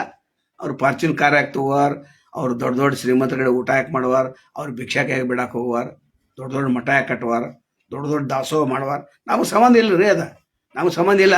ನಾವು ಸಂಬಂಧಂಗ ಜನಸಾಮಾನ್ಯರಿಗೆ ತಿಳಿಯುವಂತೆ ಹೇಳುವುದೇ ಪ್ರವಚನ. ತಿಳಿದವನು ತಿಳಿಯುವಂತೆ ತಿಳಿ ಹೇಳುವುದೇ ಪ್ರವಚನ. ನಿಮ್ಮ ತಲೆಗೆ ಮೇಲೆ ಹೋಗಬಾರ್ದು, ಅದು ತಲೆಯಾಗ ಒಳಗೆ ಹೋಗ್ಬೇಕು, ಹೊರದೇಕ್ಕೆ ಹೋಗ್ಬೇಕು, ಪಟ್ಟಂತ ಬಿಡ್ಬೇಕು. ಹೌದಲ್ಲ. ಇಲ್ಲಿವರೆಗೆ ನಾನು ಆ ಸೃಷ್ಟಿ ಸೌಂದರ್ಯ ನೋಡಿರ್ಲಿಲ್ಲಲ್ಲ, ಸೂರ್ಯನಿಗೆ ಎಂದು ನಮಸ್ಕಾರ ಮಾಡಿಲ್ಲಲ್ಲ. ಹಿಂದಿನ ಸೂರ್ಯಗೆ ಯಾಕೆ ನಮಸ್ಕಾರ ಮಾಡ್ತೇನೆ ಅಂದ್ರೆ, ದೇವರೇ ನಿನ್ನ ಕೃಪೆ ನನ್ನ ಮೇಲೆ ಇರಲಿ, ಇವತ್ತು ನಾನು ಕೆಲಸ ಮಾಡ್ತೇನೆ, ನೀನು ನೆರಳು ನನ್ನ ಮೇಲೆ ಇರಲಿ, ಬೆಳಕು ನನ್ನ ಮೇಲೆ ಇರಲಿ ಅನ್ನೋದು ಮಾಡಿ ಅವ್ರ ಉದ್ದೇಶ ಆದಿತ್ತು. ಅದು ದೇವ್ರಂತಲ್ಲ, ನೀನು ಬಂದಿದೆ, ನಿನಗೊಂದು ನಮಸ್ಕಾರ ಅಂತ ಪೂಜೆ ಮಾಡ್ತಿದ್ರು. ಅದಕ್ಕೆ ಯಾಕಂದ್ರೆ ನೀನು ಬಂದು ಸ್ವಾಗತ ಅಂತ, ನಿನಗೆ ಸ್ವಾಗತ ಅಂತ ಗಂಟೆ ಹೊಡಿತಿದ್ರು. ಅಂದ್ರೆ ಹೇಳ್ರಿ ಅಂತ, ನೆರಮನೆಯವರು ಹೇಳ್ರಿ, ದೇವ್ರು ಬಂದಿದ್ದಾನೆ, ಸೂರ್ಯ ಬಂದಿದ್ದಾನೆ, ಏನಂತ ಗಂಟೆ ಹೊಡೆ ಅಂದ್ರೆ ಏನು ದೇವ್ರಿಗೆಲ್ಲ, ಆಜು ಬಾಜು ಹೇಳ್ರಿ ಅಂತ ನಮಸ್ಕಾರ ಅಂದ್ರೆ ದೇವರಿಗೆಲ್ಲ. ದೇವ್ರದ ಒಂದು ರೂಪ ಅದು. ಅದಕ್ಕೆ ನನಗೆ ಸಹಾಯ ಮಾಡ್ತಿ, ನನ್ನನ್ನು ರಕ್ಷಣೆ ಮಾಡಂತ ನದಿ ಪೂಜೆ ಮಾಡ್ತಿದ್ರು. ಯಾಕೆ ಪೂಜೆ ಯಾಕೆ ಮಾಡ್ತಿದ್ರೆ, ಜೀವ ಜಲರಾಶಿ ನನ್ನ ನೀನು ಬದುಕಿಸಿದೆ, ನಿನ್ನಿಂದ ಎಲ್ಲ ಅಂತ ಪಡ್ಕೊಂಡ ಮೇಲೆ ಅದು ಪೂಜೆ ಮಾಡ್ಬೇಕಾಗಿದೆ. ನದಿ ಪೂಜಾ ಅಂತಿದ್ದು ಅವು ಇತಿಹಾಸದಲ್ಲಿ ಅಥವಾ ನಮ್ಮ ಹಿಗ್ಗುರಿಯರು ಕೆಲವೊಂದು ವಿಷಯಗಳನ್ನು ಮಾಡಿಬಿಟ್ರು. ಆದರೆ ಇಂದಿನ ಜನಾಂಗ ಅವ್ರು ಹೇಳಿಲ್ಲ. ಅವ್ದು ಹೇಳ್ಕೊಂಡು ಬರ್ಬೇಕಾಗಿತ್ತು. ಹಬ್ಬಗಳ ಮಹತ್ವನ ಹೇಳ್ಕೊಂಡು ಬರ್ಬೇಕಾಗಿತ್ತು, ಪ್ರಕೃತಿ ಸೌಂದರ್ಯಗಳ ಬಗ್ಗೆ ಹೇಳಬೇಕಾಗಿತ್ತು, ನದಿ ಜಲಗಳ ಬಗ್ಗೆ ಹೇಳಬೇಕಾಗಿತ್ತು, ಕಾಡು ವನಗಳ ಬಗ್ಗೆ ಹೇಳಬೇಕಾಗಿತ್ತು, ಪ್ರಾಣಿ ಪಕ್ಷಿಗಳ ಬಗ್ಗೆ ಹೇಳಬೇಕಾಗಿತ್ತು, ವಿವೇಕವನ್ನು ಹೇಳಬೇಕಾಗಿತ್ತು, ಬದುಕಿನ ಮರ್ಮವನ್ನು ಹೇಳಬೇಕಾಗಿತ್ತು. ಭಾಳ ಟೆನ್ಷನ್ ಆದ್ರೆ ಹೋಗಪ್ಪ ಜಂಗಲ್ದ ಹೋಗಿ ಕೂತ್ ಬಾ ಅಂತ ಹೇಳ್ಬೇಕಾಗಿತ್ತು. ಭಾಳ ತಿರ್ತಿರ್ ಕೆಲಸ ಮಾಡಿದ್ರೆ ಹೋಗಿ ಗಿಡದ ಗುಡ್ ಕೂಡ ಅಂತ ಹೇಳ್ಬೇಕಾಗಿತ್ತು. ಆಮ್ಲಜನ ಹೆಚ್ಚು ಸಿಗ್ತೈತೆ, ಅಲ್ಲಿ ಮನುಷ್ಯ ಸಮಾಧಾನ ಆಗ್ತಾನೆ. ಮಧ್ಯಾಹ್ನದಾಗ ನೀರು ಜಾಸ್ತಿ ಹಾಕತ್ತೈತೆ, ಅಲ್ಲಿ ಆಮ್ಲಜನಕ್ಕೆ ಹೆಚ್ಚು ಸಿಗ್ತೈತಿ ನಿಮಗೆ ಹೊರಗಿನಕ್ಕಿಂತಾನು. ಆ ಪ್ರಕೃತಿಗೆ ನಾವು ಎಂದಾದರೂ ಧನ್ಯವಾದ ಅರ್ಪಣೆ ಮಾಡಿದ್ರೆ, ಗಿಡಕ್ಕೆ ಅಂದ್ರೆ ನಮಸ್ಕಾರ ಮಾಡಿದ್ರೆ, ಇಂದು ಗಿಡಗಳನ್ನ ಪೂಜೆ ಮಾಡ್ತಿದ್ರು. ಒಟ್ಟ ಸಾವಿತ್ರಿ ವ್ರತ ಅಂತಂದ್ರೆ ಗಂಡನ ಆಯುಷ್ಯ ಹೆಚ್ಚಾಗಲಿ ಅಂತಲ್ಲ, ಆ ಗಿಡಕ್ಕೆ ಶೃಂಗಾರ ಆಗ್ಬೇಕು, ಎಷ್ಟು ಸುತ್ತರಷ್ಟು ವಯಸ್ಸು ಹೆಚ್ಚಾಗ್ತೈತೆ ಅಂತ ಒಂದು ಕಲ್ಪನೆ. ಸತ್ಯ ಸಾವಿತ್ರಿ ಎಲ್ಲರನ್ನ ಈಗ ನಾವು ಸತ್ಯ ಸಾವಿತ್ರಿ ಒಬ್ಬರೇ ಇದ್ದಾರೆ ಅಂತ ತಿಳ್ಕೊತಾರೆ. ಇಲ್ಲ, ಪ್ರತಿಯೊಬ್ಬರು ಇದ್ದಾರೆ. ಆದ್ರೆ ತಮ್ಮನ್ನು ತಾವು ಎಕ್ಸ್ಪೋಸ್ ಮಾಡತ್ತಿಲ್ಲ, ಪ್ರಜ್ಞೆಯಿಂದ ಬದುಕಾತಿಲ್ಲ, ವಿವೇಕದಿಂದ ಬದುಕಾತಿಲ್ಲ. ಅದಕ್ಕೆ ಸ್ವಲ್ಪ ಅಡಚಣೆ ಆಗಿದೆ. ಸಮಾಜ ಕೂಡ ಅದಕ್ಕೆ ದಾರಿ ಮಾಡಿಕೊಟ್ಟಿಲ್ಲ, ಗುರ್ತಿಸಿಲ್ಲ. ನಮ್ಮನ್ನು ಗುರ್ತಿಸಿಲ್ಲ ಅಂತಂದ್ರೆ ನಾವೇ ಯಾಕೆ ದುಃಖ ಪಡಬೇಕು, ನಾವೇ ಯಾಕೆ ಅದ್ರ ಬಗ್ಗೆ ವರಿ ಮಾಡ್ಕೋಬೇಕು, ಚಿಂತೆ ಮಾಡಬೇಕು. ಜಲ ಆಯ್ತು, ನೆಲ ಆಯ್ತು. ನೋಡ್ರಿ, ನೆಲದ ಬಗ್ಗೆ ಎಷ್ಟೊಂದು ಸದ್ಗುರು ಅವ್ರು ಭೂಮಿ ಉಳಿಸಿ ಅಂತ ಹೋರಾಟ ಮಾಡಿದ್ರು ಅಂತಾರಾಷ್ಟ್ರೀಯ ಮಟ್ಟದಲ್ಲಿ. ಭೂಮಿ ಉಳಿಸಿ ಅಂತಾರ, ಭೂಮಿ ಐತಿ ಮತ್ತೆ ಹೆಂಗೆ ಉಳಿಸೋದಂತಾರೆ. ಅಲ್ಲ, ಅದನ್ನ ಕಲುಷಿತ ಮಾಡಬೇಡ್ರಪ್ಪ, ಜೌಗ್ ಹತ್ತೋಂಗೆ ಮಾಡಬೇಡ್ರಿ. ಕಾರ್ಖಾನೆಗೆ ನೀರನ್ನು ಬಿಡ್ತಿರಲ್ಲ, ಸುತ್ತಮುತ್ತಲ ಹೊಲಗಳೆಲ್ಲ ಹಾಳಾಗುತ್ತವ. ರೈತನ ಹಾಳಾಗಲಿ, ನಾವು ಉದ್ಧಾರ ಆಗಲಿ ಅಂತೀವ. ರೈತರು ಪಾಪ ಸರ್ಕಾರಕ್ಕೆ ಮನವಿ ಕೊಡ್ತಾರ, ಎಲ್ಲರಿಗೂ ಮನವಿ ಕೊಡ್ತಾರ, ಅದು ಕೇಳೋರಿಲ್ಲ ಹೇಳೋರಿಲ್ಲ, ಧೂಳು ಬಿಡ್ತಿರ್ತೈತೆ. ಪ್ರಕೃತಿ ಬಗ್ಗೆ ಅವ್ರಿಗೆ ಕಾಳಜಿನೇ ಇರೋದಿಲ್ಲ. ಅವ್ರ ಬಗ್ಗೆ ರೊಕ್ಕ ಆಗ್ಬೇಕು, ಕಾರ್ಖಾನೆ ಆಗ್ಬೇಕು, ರೊಕ್ಕ ಆಗ್ಬೇಕು, ಎರಡ ವಿಷಯ. ಬಾಕಿ ಯಾರು ಸಾಯ್ತಾರೆ, ಯಾರು ಬದುಕ್ತಾರೆ ಅಂತ ಅವ್ರಿಗೆ ಗೊತ್ತಿಲ್ಲ. ಆದ್ರೆ ಅವ್ರಿಗೆ ಕೆಲವೊಂದು ಕಂಡೀಷನ್ಸ್ ಇದಾವ. ನಾವು ಫ್ಯಾಕ್ಟ್ರಿ ಮಾಲೀಕರಿಗೆ ಏನು ಕೇಳ್ಕೊತೇವೆ ಅಂತಂದ್ರೆ, ನಿಮ್ಮ ಪರಿಸರವನ್ನು ಸ್ವಚ್ಛ ಇಡ್ರಲ್ಲ, ಇಂತಿಷ್ಟು ಊರುಗಳನ್ನು ನೀವು ಅಭಿವೃದ್ಧಿ ಮಾಡ್ಬೇಕಂತಿದೆ,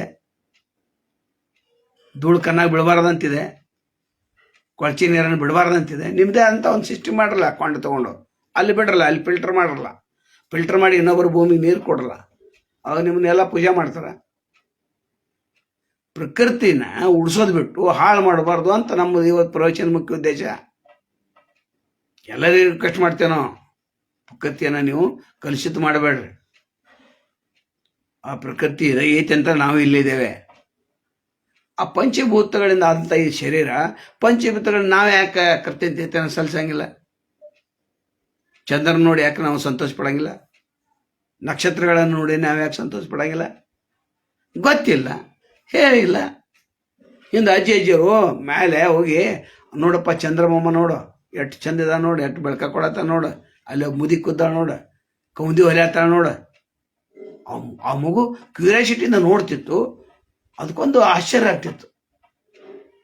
ಈಗಿನ ಮುದುಕರು ನೀವು ಮೊಬೈಲ್ ಹಿಡ್ಕೊಂಡು ಕೊಡತ್ತಾರಲ್ಲ, ಮಕ್ಕಳು ಗೊತ್ತಿಲ್ಲ, ಮೊಮ್ಮಕ್ಕಳು ಗೊತ್ತಿಲ್ಲ, ಯಾರೇನು ಮಾಡತ್ತಾರ ಗೊತ್ತಿಲ್ಲ. ನೀವು ಇದೇ ರೀ. ಆದ್ರೆ ನಿಮ್ಮ ಇರ್ರಿ, ಮಾರ್ಗದರ್ಶನ ಮಾಡ್ಕೋತೀರ್ರಿ. ಬೇಡಾರಂದರೆ ಮನ್ಯಾಗ ಹಿರಿಯ ಇರಬೇಕು. ಅದು ಹಿರಿಯ ಹೆಂಗಿರ್ಬೇಕು, ಬುದ್ಧಿವಂತ ಇರ್ಬೇಕು, ವಿವೇಕಶೀಲ ಇರ್ಬೇಕು. ಅವ್ರು ಬೆಕ್ಕಾದ ಯಾರೇ ಅನ್ನಲಿ, ನೀವು ಹೇಳೋದಷ್ಟೇ, ಹಿಂಗೆ ಮಾಡತ್ತಿ ಅದು ತಪ್ಪೈತಿ, ಹಿಂಗೆ ಮಾಡತ್ತಿ ಅದು ತಪ್ಪೈತಿ, ಹೇಳ್ಕೊತ ಹೋಗು. ನಮ್ಮ ಮಾತು ಕೇಳಂಗಿಲ್ಲ ಅಂದ್ರೆ ಕೇಳಿ ಅಂದ್ರೆ ಅವ ಅನುಭವಿಸ್ತಾನೆ. ಅವ ಅನುಭವಿಸಿದ್ರೆ ನೀವು ಯಾಕೆ ದುಃಖ ಪಡ್ಬೇಕು? ಅವ್ನು ಜೈಲಿಗೆ ಹೋದ, ನಿಮ್ಮಿಂದಾನೇ ಜೈಲಿಗೆ ಹೋದವ. ಯಾಕಂದ್ರೆ ಜೈಲಿಗೆ ಹೋಗ್ಬೇಕಾದ್ರೆ ಆ ಮನಸ್ಥಿತಿ ಹೆಂಗೆ ರೆಡಿಯಾಗಿರ್ಬೇಕು. ನಿಮ್ಮ ಕೈಗಿಲ್ಲ. ಮನೆಯ ಮೊದಲ ಪಾಠಶಾಲೆ, ತಾಯಿಯ ಮೊದಲ ಗುರು, ಹಿಂದಕ್ಕೆ ಹೇಳ್ಕೊಡ್ತಿದ್ರಲ್ಲ, ಈಗೆಲ್ಲ ಹೇಳ್ಕೊಡ್ತಾರೆ. ಪ್ರಕೃತಿ ಸೌಂದರ್ಯವನ್ನು ನಾವು ಸವಿಬೇಕು, ಆ ಪ್ರಕೃತಿ ಜೊತೆ ಆನಂದವನ್ನು ಉಂಟು ಮಾಡಬೇಕು. ಇವತ್ತಿನ ಪುರಾತನ ವಿಷಯದ ಮೂರೇ: ಮನೆ ಅಂದರೆ ಹೆಂಗಿರ್ಬೇಕು, ನಂತರ ಸಮಾಜದ ಜೊತೆ ನಾವು ಹೆಂಗೆ ಇರಬೇಕು, ಪ್ರಕೃತಿಯನ್ನು ನಾವು ಹೆಂಗೆ ಸವಿಬೇಕು ಅನ್ನೋದು ಇವತ್ತಿನ ವಿಷಯ. 30 ನಿಮಿಷ ಆತು, ನಮ್ಮ ಪ್ರವಚನ ಮುಗೀತು. ಶರಣಾರ್ಥಿಗಳು ಎಲ್ಲರೂ ಆರಾಮಿರಪ್ಪ. ಏನು ವರಿ ಮಾಡಕ್ಕೆ ಹೋಗ್ಬೇಡ, ಏನು ಚಿಂತೆ ಮಾಡಕ್ಕೆ ಹೋಗ್ಬೇಡ. ಚಿಂತೆ ಚಿತೆಗೆ ಸಮ. ಬೆಂಕಿಯಾಗಿ ಸುಟ್ಟು ಯಾಕೆ ನಳ್ತಾ ಇದ್ದಾರೆ? ಬರುವಾಗ ಏನು ತಂದಿಲ್ಲ, ಹೋಗುವಾಗ ಏನು ಒಯ್ಯೋದಿಲ್ಲ, ಎಲ್ಲ ಗೊತ್ತೈತೆ. ಬರೇ ಭಾಷಣ ಮಾಡ್ತಾರೆ ಮತ್ತು ಸ್ವಾರ್ಥಪಯ ಜೀವನವನ್ನು ಸಾಗಿಸ್ತಾರೆ. ಇವತ್ತಿನ ಪ್ರವಚನ ಅತ್ಯಂತ ಅದ್ಭುತ ಜಗತ್ತಿನಲ್ಲಿ. ಇಷ್ಟು ಕಲ್ಕೊಂಡ್ರೆ ಅಂತ ಮುಗಿದು ಹೊತ್ತು. ನಾಳೆ ಪ್ರವಚನ ಕೇಳೋದು ಅಗತ್ಯನೇ ಇಲ್ಲ ನಿಮಗೆ. ಹೀಗೆ ಪ್ರತಿಯೊಂದು ದಿವಸ ಪ್ರತಿಯೊಂದು ವಿಷಯದ ಬಗ್ಗೆ, ಒಮ್ಮೆ ಮನುಷ್ಯನ ಬಗ್ಗೆ ಹೇಳ್ತೇವೆ, ಒಮ್ಮೆ ಆತ್ಮದ ಬಗ್ಗೆ ಹೇಳ್ತೇವೆ, ಸೂಕ್ಷ್ಮ ಶರೀರ ಬಗ್ಗೆ ಹೇಳ್ತೇವೆ, ಒಮ್ಮೆ ಏನು ತಿನ್ನಬೇಕು ಏನು ತಿನ್ನಬಾರ್ದು ಅಂತ ಹೇಳ್ತೇವೆ. ರಾತ್ರಿ ಕಡಿಮೆ ಊಟ ಮಾಡಿರಿ, ಮಧ್ಯಾಹ್ನ ಸ್ವಲ್ಪ ಹಗರು ಮಾಡಿರಿ, ಬೆಳಿಗ್ಗೆದ್ದು ಸ್ವಲ್ಪ ಜಬರ್ದಸ್ತ್ ಮಾಡಿರಿ ಹೇಳ್ತಿರ್ತೇವೆ. ಕುಳಿತುಕೊಂಡು ನೀರು ಕುಡ್ರಿಪ್ಪ, ಗುಟ್ಟಕ್ಕೆ ಕುಡ್ರಿ, ಕಾಗಿ ಗುಬ್ಬಿ ಹೆಂಗೆ ಕುಡ್ತಾ ಕುಡ್ರಿ, ರೋಗ ಬರೋಂಗಿಲ್ಲ ಅದನ್ನು ಹೇಳ್ತಿರ್ತೇವೆ. ಹೆಚ್ಚು ತರಕಾರಿ ತಿನ್ರಪ್ಪ, ಪ್ಯಾಕೆಟ್ ಫುಡ್ ದೂರ ಇರ್ಬೇಕಂತ ಹೇಳ್ತೇವೆ. ಶುಗರ್ ಪೇಷಂಟ್ ಇದ್ದವ್ರು ಸಕ್ಕರೆಯಿಂದ ದೂರ ರೀ, ಮೈದಾದಿಂದ ದೂರ ರೀ, ಪ್ಯಾಕೆಟ್ ಫುಡ್ದಿಂದ ದೂರ ರೀ, ಡ್ರಿಂಕ್ಸ್ದಿಂದ ದೂರ ರೀ, ಕೂಲ್ ಡ್ರಿಂಕ್ಸಿಂದ ದೂರ ರೀ, ಬಿಳಿ ಉಪ್ಪದಿಂದ ದೂರ ರೀ, ಎಲ್ಲ ಹೇಳ್ತಿರ್ತೇವೆ. ಒಂದೊಂದು ದಿನ ಒಂದೊಂದು. ರವಿ ಕೊಪ್ಪದವರೇ, ಒಂದೊಂದು ದಿನ ಒಂದೊಂದು ವಿಷಯಗಳನ್ನು 365 ದಿವಸ ಪ್ರವಚನ ನಮ್ಮದು. ಎಂಥ ಪ್ರವಚನ? ಇವತ್ತು ಉಪಯೋಗ ಆಗಿರ್ಬೇಕು. ಇವತ್ತೇ ಡ್ರಾ, ಇವತ್ತೇ ಬಹುಮಾನ. ನಿಮ್ಮ ತಲೆ ಮೇಲೆ ಹೋಗುವಂಥ ವಿಚಾರ ಹೇಳಂಗನೇ ಇಲ್ಲ. ಹೇಳ್ಬೇಕಾದ್ರೆ ನನಗೆ ಗೊತ್ತಿದೆ, ಸಂಸ್ಕೃತ ಗೊತ್ತಿದೆ, ಮತ್ತು ಏನು ಉಪನಿಷತ್ತು ಗೊತ್ತಿದೆ, ರಾಮಾಯಣ ಮಹಾಭಾರತ ಗೊತ್ತಿದೆ, ಬೈಬಲ್ ಗೊತ್ತಿದೆ, ಗುರುಗಣತ ಸಾಹೇಬ ಗೊತ್ತಿದೆ. ಎಲ್ಲ ಅರ್ಥ ಕುಡಿದು ಇಲ್ಲೆಲ್ಲ ಒಳಗಿಟ್ಟು ಜನಸಾಮಾನ್ಯರಿಗೆ ಏನು ತಿಳಬೇಕು ಅಷ್ಟ ಬಿಡ್ತೇವೆ ನಾವು ಹೊರಗೆ. ಪೈಪ್ದಾಗ ಎಷ್ಟು ನೀರು ಇರ್ತೈತೆ ಹಂಗೆ ಬಿಡ್ತಿರ್ಲ, ಅಷ್ಟ ಫಿಲ್ಟರ್ ಮಾಡಿ ಸೋತ್ಕೋತೇಳಿ. ಅದೇನು ದೊಡ್ಡ ಪಂಡಿತ್ ಅನ್ಸ್ಕೊಂಡು ದುಡ್ಡು ಮಾಡಿ ಫಾರ್ಚೂನ್ ಕಾರ್ ಗಾಡಿ ತೊಗೊಂಡು ಬಾನ್ಸರ್ ಇಟ್ಕೊಂಡು ಬಂದು ಕೂತು ನೀವು ಹಂಗೆ ಮಾಡ್ರಿ ಹಿಂಗೆ ಮಾಡ್ರಿ, ನೀವು ದುಡ್ಡು ಗಳಿಸ್ಬೇಡ್ರಿ, ನೀವು ಪಾಪದಾಗ ಹೋಗ್ತಿ ಅನ್ನೋದು. ಮತ್ತು ನಾವು ಫಾರ್ಚೂನ್ ಗಾಡಿ ಯಾವುದು ದೊಡ್ಡ ಗಾಡಿ ಇದಾವಲ್ಲ, BMW 7 ಸೀರೀಸ್ ತೊಗೊಂಡು ಅಡ್ಡಾಡೋದು. ಬಾನ್ಸರ್ ಆಗ್ಬೇಕಪ್ಪ ಸ್ವಾಮಿಗೆ, ಇವ್ ದಾರಿ ಬಿಡಿಸ್ಬೇಕಂತ. ಇವು ದೊಡ್ಡ ಮೇಲಿಂದ ಬಂದವ ಹೇಳೋ ಪ್ರವಚನೇನ. ರಾಮಾಯಣ ಹಂಗಾಯ್ತು, ಮಹಾಭಾರತ ಹಂಗ ಅಲ್ಲಪ್ಪ. ರಾಮಾಯಣ ಮಹಾಭಾರತ ಹಂಗಾಯ್ತು, ಹನುಮಂತ ಹಂಗಿದ್ದ. ಹನುಮಾನ್ ಚಾಲೀಸ್ ಪಠನೆ ಮಾಡ್ರೆ ಪುಣ್ಯ ಆಗ್ತಿದ್ದೆ ಅಂತ. ಏನು ಅವ ದೊಡ್ಡ ಸ್ವಾಮಿಗೆ ಹನುಮಾನ್ ಚಾಲೀಸ್ ಮಾರೇ ಮಾಡ್ತಾನೆ. ನೀವು ನಂಬತ್ತೀರಿ ಅಲ್ರಿ? ದೊಡ್ಡ ಭಾಷಣಗಳನ್ನ ನಂಬೋದು. ದೊಡ್ಡ ಸ್ವಾಮಿ ಹೆಚ್ಚು ಜನ ಹೋದ್ರೆ ಅದು ಪವಿತ್ರ ಇದನಂತ, ಗುಡಿ ಅಂತ. ಸಾವಿರಾರು ಜನ ಹೋದ್ರಿ ಅಲ್ಲಿ ಜಾಗೃತ ದೇವಸ್ಥಾನ ಅಂತ. ಯಾರು ಜಾಗೃತನ? ಅಲ್ಲಿ ಹೋಗಿ ಬಂದವ್ರು ಎಷ್ಟು ಜಾಗೃತರಾದ್ರಪ್ಪ, ಒಳ್ಳೇದು. 12 ಜ್ಯೋತಿರ್ಲಿಂಗ ಹೋದ್ರಿಪ್ಪ. ಬರುವಂಥ ಮತ್ತು ಬಂದ ನಂತರ ಮತ್ತು ಯಥಾಸ್ಥಿತಿ ಇದ್ರಂದ್ರೆ, ಯಥಾಸ್ಥಿತಿ ಮನಸ್ಸಿತ್ತಂದ್ರೆ ಉಪಯೋಗ ಏನೈತಿ? ದೊಡ್ಡ ಜಾಗೃತ ದೇವಸ್ಥಾನಕ್ಕೆ ಹೋದ್ರಪ್ಪ. ಜಗತ್ತಿನಲ್ಲಿ ಎಲ್ಲ ಅಡ್ಡಾಡ್ಯಾರ ಅಂತೀರಿ, ಭಾರತದಲ್ಲಿ ಅಡ್ಡಾಡ್ಯಾರ ಅಂತೀರಿ, ಕರ್ನಾಟಕದಲ್ಲಿ ಅಡ್ಡಾಡ್ಯಾರ ಅಂತೀರಿ, ನಿಮ್ಮ ಮನೆ ದೇವ್ರಿಗೆ ಅಡ್ಡಾಡ್ಯಾರ ಅಂತೀರಿ. ಅಡ್ಡಾಡಿ ಬಂದ ನಂತರ ನಿಮ್ಮ ಮನಸ್ಥಿತಿ ಚೇಂಜ್ ಆಗ್ಬೇಕಲ್ಲ, ಆಗಂಗಿಲ್ಲ. ಯಾಕೆ ಗೊತ್ತಿಲ್ಲ ನೋಡ್ರಿ. ಅವ ಹೊಂಟ ಎಲ್ಲ ಕುರಿಗಳು ಮುಂದೆ ಹಿಂದೆ ಹೊಂಟು, ಒಂದು ಕುರಿ ಮುಂದಿನ ಕುರಿ ಕಡಲಾಗಿ ಬಿತ್ತು. ಇವರೆಲ್ಲ ಹೋಗಿ ಕಡಲಾಗಿ ಬಿದ್ರು. ಪ್ರಜ್ಞೆ ಇಲ್ಲ, ಪ್ರಜ್ಞೆ ಇಲ್ಲ. ಇಂಥ ವಿಚಾರಗಳನ್ನು, ಇಂಥ ಒಂದು ಅದ್ಭುತವಂತ ಮಾತುಗಳನ್ನು ನಾವು ಹೇಳ್ತಿರ್ತೇವೆ. ನಮ್ಮ ಕಡೆ ನೋಡಬೇಡ್ರಿ. ಸದಾನಂದ ಬಾಬನೇ ಅಲ್ಲ, ನಾನೊಬ್ಬ ಅಲೆಮಾರಿ ಪ್ರವಚನಕಾರ. ಇತಿಹಾಸದಲ್ಲೇ ಬರ್ತೈತೆ ಅದು. ಮುಂದೆ ನಾವು ಹೋದ ನಂತರ ಇತಿಹಾಸ ಬರೀತಾರೆ. 21ನೇ ಶತಮಾನದಲ್ಲಿ ಒಬ್ಬ ಇದ್ದ, ಸದಾನಂದ ಬಾಬನೇ ಅಂತ ಇದ್ದ, ಆದ್ರೆ ಅವು ಅಲೆಮಾರಿ ಪ್ರವಚನಕಾರ ಇದ್ದ ಅಂತ. ನನ್ನ ಹೆಸರು ಬರಂಗಿಲ್ಲ. ಅಲೆಮಾರಿ ಪ್ರವಚನಕಾರ. ಈಗ ಕೂಗುಮಾರಿ ತಂದಿದ್ರಲ್ಲ, ಹೇಳ್ರು ಅಂತ ಎಬ್ಬಿಸ್ತಿದ್ರಲ್ಲ, ಅವ್ರ ಕಾಯಕ್ಕಿತ್ತು. ನಗೆ ಮಾರಿ ತಂದೆ ಇದ್ರಲ್ಲ, ಎಲ್ಲೆಲ್ಲಿ ದುಃಖದ ನಗಿಸ್ತಿದ್ರಲ್ಲ, ಎಲ್ಲೆಲ್ಲಿ ಸಮಸ್ಯೆಗಳೆಲ್ಲ ಇದ್ದಾಗ ಅಲ್ಲಿ ಅರಿವು ಮೂಡಿಸಿದ್ರು, ಅರಿವು ತಂದೆ ಇದ್ರಲ್ಲ, ಅವ್ರ ಹೆಸರು ಗೊತ್ತೈತೆ ನಿಮ್ಗೆ? ಇಲ್ಲ. 770 ಅಮರಗಣಗಳಿಂದ ಎಲ್ಲ ಹೆಸರು ಗೊತ್ತೈತೆ? ಇಲ್ಲ. ಇದಕ್ಕಿಂತ ಏನು ಹೆಸರು ಗೊತ್ತೈತಿ? ಇದಕ್ಕಿಂತ ಸರ್ವಶ್ರೇಷ್ಠ ಕೆಲಸವನ್ನು ಮಾಡಿ ಹೋದಾರದಾರಲ್ಲ, ಅವ್ರದಲ್ಲಿ ಸಮಾಜದಲ್ಲಿ ಇಲ್ಲ ಹೆಸರ. ಹಂಗೆ ನಮ್ಮ ಹೆಸರು ಬೇಡ. ಇತಿಹಾಸ ಬರ್ದೈತಿ, ನಮ್ಮ ಹೆಸರು ಬರ್ದೈತೆ. ಅದು ಅಲ್ಲೇ ಮಾರಿ ಪ್ರವಚನಕಾರ ಮುಗೀತು. ಯಾರು ಕಿವಿ ಕೊಡ್ತಾರೋ ಹೇಳೋದು, ಕಿವಿ ಕೊಡಲ್ಲ ಬಿಟ್ಟು ಬಿಡೋದು. ನಾವು ಎಲ್ಲೆಲ್ಲೇ ಹೋಗ್ತಿರ್ತೇವೆ, ಪವನಿಯರ ಮನೆಗೆ ಹೋಗ್ತಿರ್ತೇವೆ, ಅಲ್ಲಿ ಹೋಗ್ತೇವೆ, ದೋಸ್ತಗಳ ಕಡೆ ಹೋಗ್ತೇವೆ, ಎಲ್ಲ ಕಡೆ ಹೋಗ್ತೈತೆ. ಒಂದು 2 ದಿವ್ಸ ಕೇಳ್ತಾರ, 9ನೇ ದಿವಸ ಮತ್ತೆ ಸಂಸಾರಕ್ಕೆ ತೊಡಗ್ತಾರ. ನಮ್ಗೆ ಅನಿಸೈತಿ ಇವ್ರ ಕಡೆ ಲಕ್ಷ್ಯ ಇಲ್ಲ, 90% ಸಂಸಾರ ಕಡೆ ಲಕ್ಷ್ಯ ಐತೆ, ಬಿಟ್ಟು ಬಿಡೋಣ ಇವ್ರನ್ನ. ಯಾಕಂದ್ರೆ ಏನೋ ಬೋರ್ಗಲ್ ಮೇಲೆ ನೀರು ಸುರಿದಂತಂತ, ಎಷ್ಟು ಉಪಯೋಗ ಇಲ್ಲ ಇದು ಬೋರ್ಗಲ್ ಅಂತ ಬಿಟ್ಟು ಬಿಡ್ತೇವೆ. ಹಂಗೆ ಹೆಚ್ಚಾಗಿದೆ. ಯಾರಿಗೆ ಬೇಕಾಗಿದೆ ಅಧ್ಯಾತ್ಮ? ಯಾರಿಗೆ ಬೇಕಾದ್ರೆ ಯಾರಿಗೆ ಬೇಕಾದ್ರೆ ಪವಿತ್ರ ಅಂತ ಜೀವನ ಸಾಗಿಸೋದು? ಯಾರಿಗೆ ಬೇಕಾದ್ರೆ ಶಾಂತಿ ಜೀವನ? ಎಲ್ಲ ಚೇಂಜ್ ಇದ್ದಾಗ ನಾವು ಚೇಂಜ್ ಮಾಡಿ ಹೋಗೋದಪ್ಪ. ಅಂತ ಹೊತ್ತಿನಲ್ಲಿ ಪವಿತ್ರ ಜೀವನ ಆಗ್ಲಿಕ್ಕೆ ಹೆಂಗೆ ಸಾಧ್ಯ ಇದೆ? ಮಣಿತನ ಪವಿತ್ರ ಅಲ್ಲಿ ಹೆಂಗೆ ಸಾಧ್ಯ ಇದೆ? ಸಮಾಜದಲ್ಲಿ ನಾವು ಹೆಂಗೆ ಕೆಲಸ ಮಾಡ್ಬೇಕು ಅನ್ನೋದು ಹೆಂಗೆ ಅರಿವು ಮೂಡ್ತದೆ? ಪ್ರಕೃತಿ ಸೌಂದರ್ಯವನ್ನು ಸವಿಯೋದು ಹೆಂಗೆ ಗೊತ್ತಾಗ್ತದೆ? ಸಾಕಿಷ್ಟು 30 ನಿಮಿಷ ಮುಗೀತು, ಸಾಕು. ನಮಸ್ಕಾರ. ಶರಣಾರ್ಥಿ.